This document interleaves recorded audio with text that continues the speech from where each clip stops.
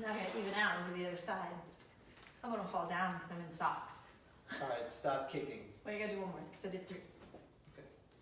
So you know what I really liked about the way you did those kicks? What? Was that you brought your leg down twice as fast as you brought it up. Right, which I say all the time in class. So hi everybody, welcome to 45th Fu. Good to see you this week. If you could guess what we're talking about, it's not straight leg kicks, but it has to do with straight leg kicks. It has to do with these right here. Hamstrings. All right, so it is something we definitely use during straight leg kicks, but there's actually a reason we do straight leg kicks. It's not, I mean, unless you're like super flexible and can kick people behind you, it's actually a stretching and strengthening drill, and we use our hamstrings a lot for Kung Fu, but because I think we're very dominant here, this area from our Kung Fu stances, we often kind of neglect back here. In addition, I often hear people say, oh, my hamstrings are really tight, or I can't stretch, or I can't do the splits, or I can't do elbow to toe, like some of the exercises we do at Wah Lum. And today we thought we would have our expert here explain to us some things we can do to help with mobility as well as strengthening, and how we can kind of use the hamstrings as a way to help us get better at our Kung Fu. So obviously I was doing straight leg kicks, and what you just mentioned was, I always say in class, you know, inhale, leg goes up, exhale comes down, but also raise your leg up and bring it down twice as fast as it goes up, right? And so I couldn't really explain to you why. I just know that I've always done Kung Fu that way, and I know it feels right, and it feels good, and it makes me feel more balanced, but you actually explained it to me a little bit earlier. With the strength training part, right, there is like a positive and a negative movement for each movement. And so when you're raising your leg, that's what we call the concentric part of the movement. When the leg is coming down, that's the eccentric part of it. And the cool thing is, in the Wah Lum basics, we are already teaching students to come down twice as fast. And so there's a term in strength conditioning called overspeed eccentric. You're trying to speed up that kind of downward part, because by overspeeding the eccentric, you're actually training your body how to put on the brakes. Okay. And so you're strengthening those hamstrings. So if you are following your instructor's advice and listening to the correct breathing pattern, but also focusing on bringing your leg down twice as fast, you are getting the benefit of stretching the hamstring on the way up, and then strengthening the hamstring on the way down by doing the overspeed eccentric. So that is reinforcement again of why things that were trained for hundreds of years and intuitive, but maybe also over time, without being able to define it as an overspeed eccentric. Yeah, I definitely didn't know that term. The martial arts masters who passed this along figured out this is a better way to do it, and there's a reason behind it, whether or not they know the science behind it. Right. Yeah. So what we also talk about a lot of times, and you always say in the strength world, you're like, yeah, you Kung Fu people are too quad dominant. And so really what I think it is when we're in class too, like all the exercises and maybe a lot of the things that we do already do that would help balance us, like most people in class, I think, are not bringing their leg up and then actually working on that down, you know, bringing it down. So they're kind of losing out on that extra practice that they would get in strengthening. So, you know, we work on the stances, and there's just no way around it. You know, you're going to start feeling the burn, but like there's a way to kind of cheat and get around getting the balance that we need. So what else can we do in case you're just going to cheat during class all the time? But what other strengthening exercises? Because it is important to have that balance, right? Right. Yeah. So yeah, with Kung Fu, it is hard not to be as quad dominant, because all the stances require a lot of use of these muscles. And if that's the only type of physical activity that you're doing, then you can be a little bit unbalanced, where you have a lot more strength here and not enough strength here. And so sometimes, and then in addition, we also spend a lot of time stretching the back side and not stretching the front side. Right. So intuitively, just thinking of that, just flip that a little bit to balance out. So start doing some more strengthening things for your hamstring, which includes deadlifts. You got I got a kettlebell right here. So deadlifts, kettlebell swings, right? All of these things kind of load the posterior chain. Single leg deadlifts, for body weight, is one of the best. One of the best leg exercises that you can do. Single leg deadlifts will strengthen that. You can do hip lifts with floor slides or with a big medicine ball and get some good hamstring work. Oh, those are all great ideas. I think that's a lot for you guys to work on already. But here is the thing. Do not go to the gym and lay on your belly do those little and leg do a curls leg curl. on that machine, but you look so cool. Because I'm trying to say this and not sound like super geeky and like for the nerdy nerds. It's okay. Just but I'm gonna they know. Okay, they accept you for who you are, right, guys? So here's the thing. The purpose of your butt is to extend the hips, right? Mm-hmm. And so if you're doing leg raises where you're only working on the hamstring has to work in conjunction with your hips fully extended and squeezing your butt. And this is that whole isolation versus whole body movement. Yep, yes, you want your whole body to kind of be working as a unit. So if you do something like, for example, it's hard to demonstrate because I don't have a stability ball, where you raise your hips up on a stability ball and then try to straighten out your legs. What's happening is you're squeezing your butt, and in conjunction with using your butt, you're also strengthening the hamstring. You're doing both, and that should happen. Both of those things should be happening at the same time. If you only isolate doing hamstring, you're not really getting the hamstring to work the way that it's meant to do. Okay. So in essence, hamstrings need more strengthening, quads need more stretching. Yes. So, but let's talk about also before we jump to quad stretching, because Kung Fu guys, you guys are getting a lot of quad strength right now, doing just your Kung Fu classes. But in terms of hamstring strengthening, those of you who are just joining us, because I see a bunch of people popping on, he talked about listening to your Sifu in class and making sure that you do bring that leg down twice as fast as it goes up for your straight leg kicks, like I demonstrated earlier. And then also you could do deadlifts, you could do single leg deadlifts, you could do kettlebell swings. If you don't know how to do any of that, come see Oscar at Control Your Health. But or go to somebody who can teach you properly. So our YouTube also have instructional. So like those are some additional exercises because we talked about wanting to have balance on both sides of the leg. So, but before we jump to stretching the quads, because we don't stretch enough, people also talk about like, well, I can't do what you forward bend. I can't touch my toes because my hamstrings are tight, or I can't kick past here without bending my back, and Sifu keeps yelling at me about doing that, and I want my leg to go higher. They think it's the hamstrings. Maybe you can address some of those concerns that we've been hearing a lot from our students in class. So before jumping to the conclusion of like, I've got really tight hamstrings and you can't touch your toes, what I find a lot, and it's the same for Kung Fu students, but also for just people who are your fitness enthusiasts who come and train with me, is the reason they can't touch their toes is not necessarily hamstring tightness, but a lack of lumbo-pelvic control, this area, and also being able to posteriorly shift your hips, which is this, shifting your hips. And so as an example, I can touch my toes, right? But that's really because I'm able to shift my hips back. Okay. If my butt was up against and feet were up against the wall, I would not be able to touch my toes because my hamstrings will lock up to protect my face from hitting the floor. So if you're doing toe touch, or if you're doing what you forward bend, our version of toe touch, and you're here and you just try to reach for the floor, your hamstrings are going to lock up because your brain is smart enough to say, stop, Oscar, I don't want you to hit your face. So you have to be able to posteriorly shift your hips back, and that'll allow you to get... So that's the first step. That's the first step. Okay. Second step is, yes, some people have very tight hamstrings. Yes. And when they're reaching to touch their toes, they're feeling a sensation of pulling, a stretch in the back of their knee. And if you feel that in the back of your knee...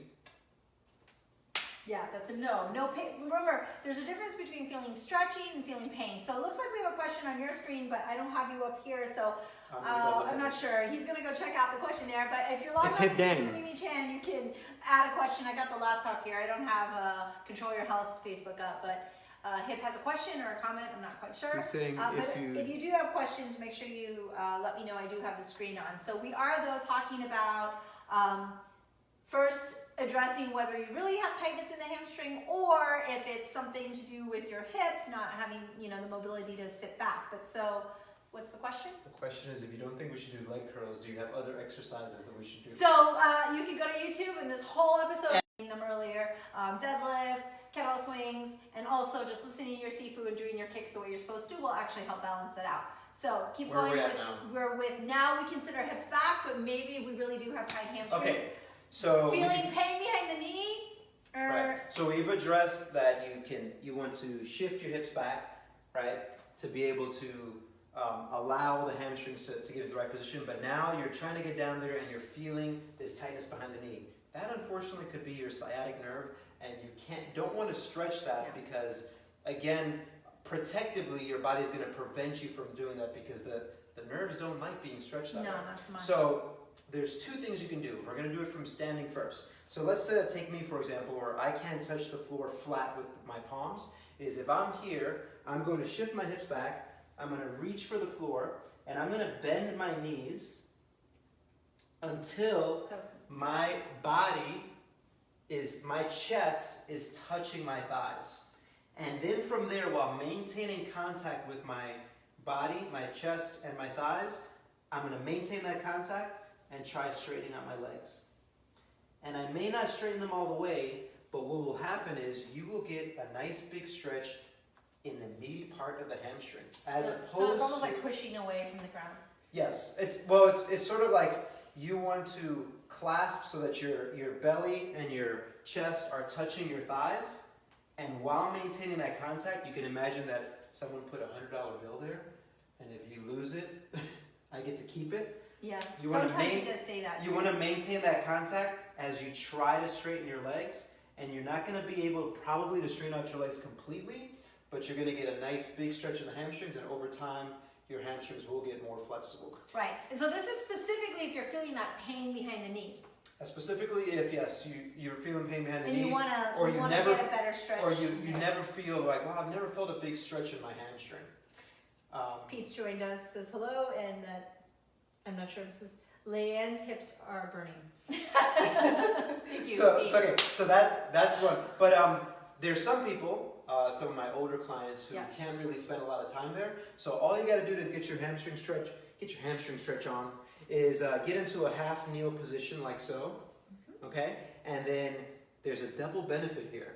Yeah. First is that you can get it's a kneeling horse stance, but we can take it to another level as far as stretching our quads, which we need to do anyway, by tucking the tail under. And a cue that you said helped you is if you think of your pant line and you imagine you're virtually kind of pulling that pant line over your belly button, so you're continuously tucking your tail and you're trying to bring that pant line over your belly button, you should feel a stretch anywhere down here. And for everyone it'll be a little bit different, right? So that's all the muscles that get a little bit tight from not just sitting, but also from overuse of Kung Fu of those muscles getting used, right? So we stretch here. But now this front leg, if I just straighten it out a little bit, keep my knees slightly bent, fold right on top of it. So now I've maintained contact with my body and my thigh. I'm going to maintain this contact. Remember that we got that $100 bill there. And I'm going to try to straighten my leg while maintaining that contact. I don't have to move a lot. Chest is going forward, tailbone's going back to feel a stretch in the meaty part of the hamstring. So, and this is a stretch we do every single day for class. Right, and this is if you're not getting that stretch here and you're feeling tension other areas. Maybe you're feeling tightness in your behind the knee. Maybe you're feeling that your low back is getting a bigger stretch, which is not that that's wrong. But not getting the benefit. But if we're trying to get more mobility out of the hamstrings, if we've identified that's the issue that you have, then that's a better way to stretch your hamstring than this, because what this is doing is I can kind of feel this with my knee locked out a little bit right behind the knee, and so it's kind of stretching that sciatic, it's kind of putting a little bit of stress on that sciatic nerve. It just means that right now, at this point in time, I'm not ready to do that stretch that way.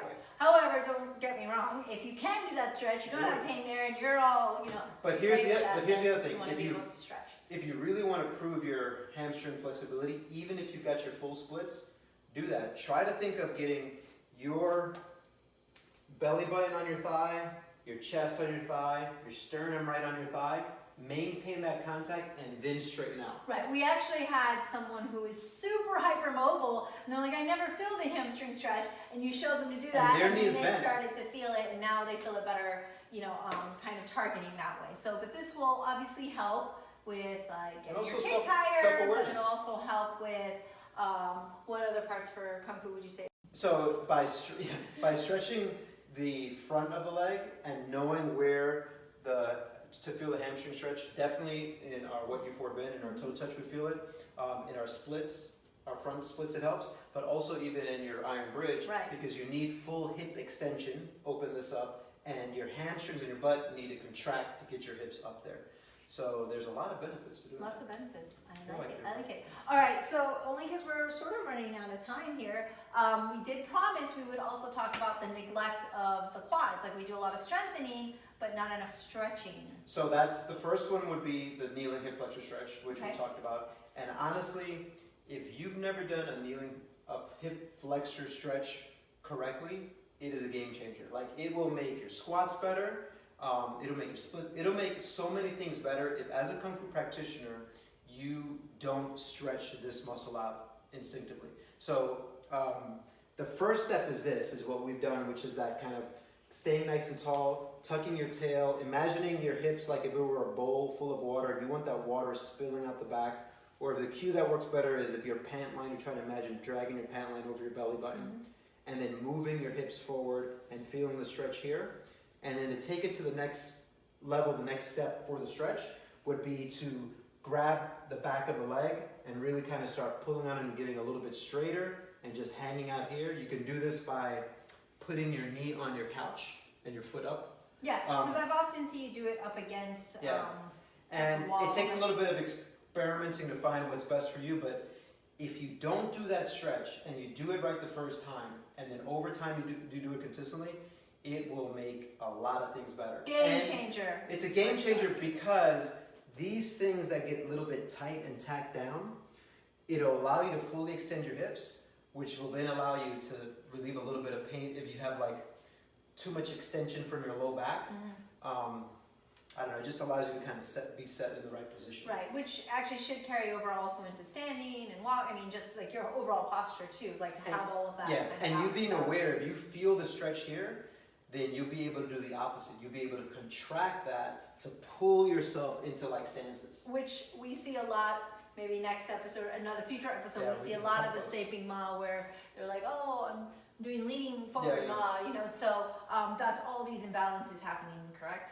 Yeah, so So in summary, recap. straight leg kicks, inhale up, pull down, quick, That was exhale. a really good one. And the reason is because And the socks, so really worried here. that overspeed eccentric will strengthen the hamstring on the downward part. Right. Okay.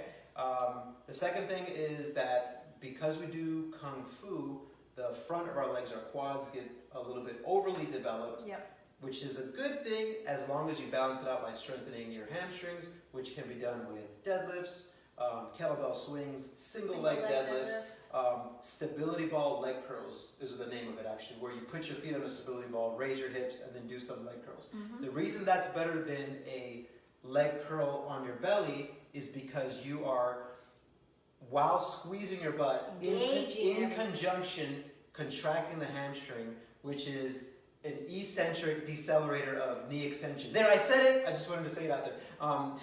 And if you're laying on your belly, you're basically taking away the ability of your booty to work. You don't want that. You want that booty working all the time. And then the other thing is for toe touch. Yep. We talked about What you forward bend. how to pop. You may just need to learn how to posturally shift those hips The back. hips back. And then it's okay also for a beginner student who's not very flexible to round their back and slightly bend their knees and get comfortable in this position and then over time straighten out. Right. So we want everything in a perfect world nice and straight, but we also want you safe. So pain behind the knee, bad. Pain Never behind do the that. knee, it could be sciatic And I issues. just want you to know that Pete said you did not just tell your wife she did a good kick, leg swing. She does have good kicks. Those kicks He's are calling dope. you out. All right, and then also stretching the quads. And how to stretch the hamstring, how to stretch the quads. And So that's all on this, which you can also see they're being posted to YouTube almost immediately. So we have a Kung Fu Pod channel in case you didn't get to join us live and banter with us and log in and say hello. We do appreciate all of you guys who are on live though, but if you're not, you can always check this out on YouTube, or if you missed the first half, and you are dying to see what we did at the beginning of the episode, Probably you can check dying. that out. I know. And it'll also, of course, still be on Facebook, but I don't know how any of that works with the feeds and all that business. We don't know how It'll Facebook work on- works. But the last thing I'll say is that we do appreciate everybody who's watching and who asks questions. Thank you. But if you want more, like if you're like, you know what, I'd like for Oscar to film a video of an instructional video of how to do this stretch or that move. You know, you're Dominican, I'm Chinese, so it balances out to around 7:30. We do rush from the temple to the home studio if we can to get these done on time, or sometimes we're live at Wah Lum, if you saw that a few episodes ago, or in the Control Your Health studio, so we're all over the place. But it'll be very exciting because on February 5, save the date, is Chinese New Year, and we are going to try to come live at from- some point. Maybe we'll do it from 2 different times. Yes. So, well, on the Wah Lum channel, Wah Lum Facebook, there will be some live stuff going on in the morning. Join us very, very early, but also at the 7:30 time slot, we do not want to neglect you, so we will try to be logging you on during this insane day for us. So tune in, but we'll be here next week. If you have questions or comments or other subjects you want us to discuss, please make sure you ask and turn on your notifications so you can always remember to come say hello and ask us questions for your 40